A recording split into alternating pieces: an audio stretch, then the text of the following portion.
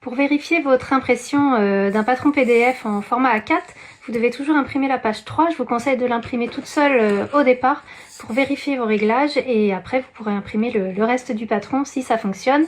Premier réglage à vérifier, le carré test qui doit faire 5 cm de côté. Là c'est parfait. Et autre vérification, c'est ce cadre qu'il y a tout autour de la page.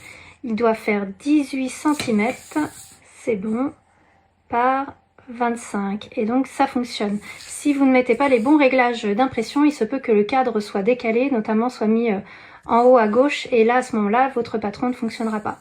Dernière petite chose, hop, les calques, vous voyez ici j'ai imprimé que la taille 38 et donc comme ça j'aurai une planche beaucoup plus lisible. Vous pouvez choisir si vous voulez imprimer une ou plusieurs tailles avec la fonction calque. Quelques petites infos sur le patron combinaison dans sa nouvelle version depuis l'ajout des tailles jusqu'au 56. Le patron du devant et du dos sont présentés en deux parties pour que la planche soit plus lisible, notamment pour mieux identifier les trois statures et les différentes tailles.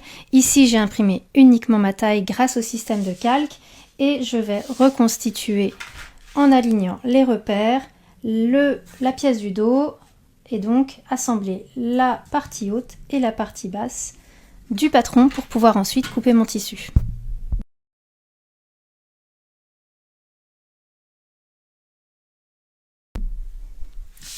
Autre petite information avant de passer à la coupe pour la pièce du devant. Donc ici je vais mixer le patron combinaison avec le bonus juste le bas dans sa version braguette. Et il faut reconstituer le patron du devant en rajoutant cette petite pièce, la numéro 4, au devant de la combinaison. Ainsi, j'aurai la partie braguette qui sera directement intégrée à ma pièce de tissu lors de la coupe. Dernière étape avant la coupe du tissu, je vous parlais du choix de la taille hier.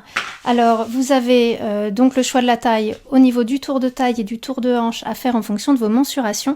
Et il y a également la stature qui joue sur notamment la profondeur de la fourche. Donc si vous allez avoir une entrejambe de votre pantalon qui est plus ou moins basse en fonction de si vous êtes petite ou grande. Là je mesure 1,68 m, donc généralement moi je couds la stature standard, mais il faut savoir que ce patron combinaison est fait pour coudre une combinaison et donc pour avoir une entrejambe assez basse qui permet d'avoir un confort quand vous portez votre combinaison, quand vous levez les bras, quand vous asseyez. Pour un pantalon, c'est moins utile d'avoir une fourche profonde, donc ce que je vais faire, c'est que je vais couper la stature en dessous pour mon 1,68 m, donc je vais couper la stature petite, j'aurai une fourche à ce moment-là qui sera plus basse.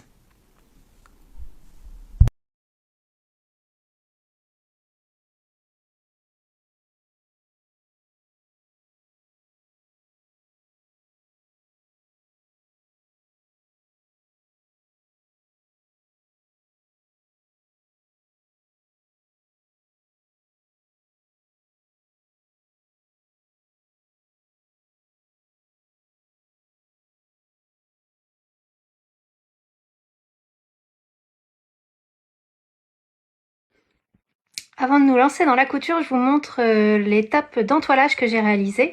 Alors déjà, là j'ai les deux devants de mon pantalon qui sont montrés sur l'envers. Vous avez le devant droite ici, donc droite quand vous portez votre pantalon, devant gauche.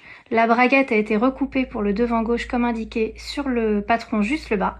J'ai entoilé le devant droite au niveau de la braguette. J'ai également entoilé l'ouverture des poches avec un petit ruban droit fil thermocollant sur l'envers dans la marge. Ça permettra que ma poche ne s'étire pas. Et enfin, la ceinture en tissu principal a été entoilée sur l'envers également. Maintenant, je passe à la couture. Je vais surfiler cette partie-là du devant droite de mon pantalon où il y aura la braguette.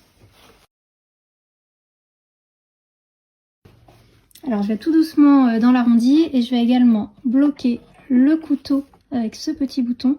Comme ça, j'ai pas de risque de couper ma fourche.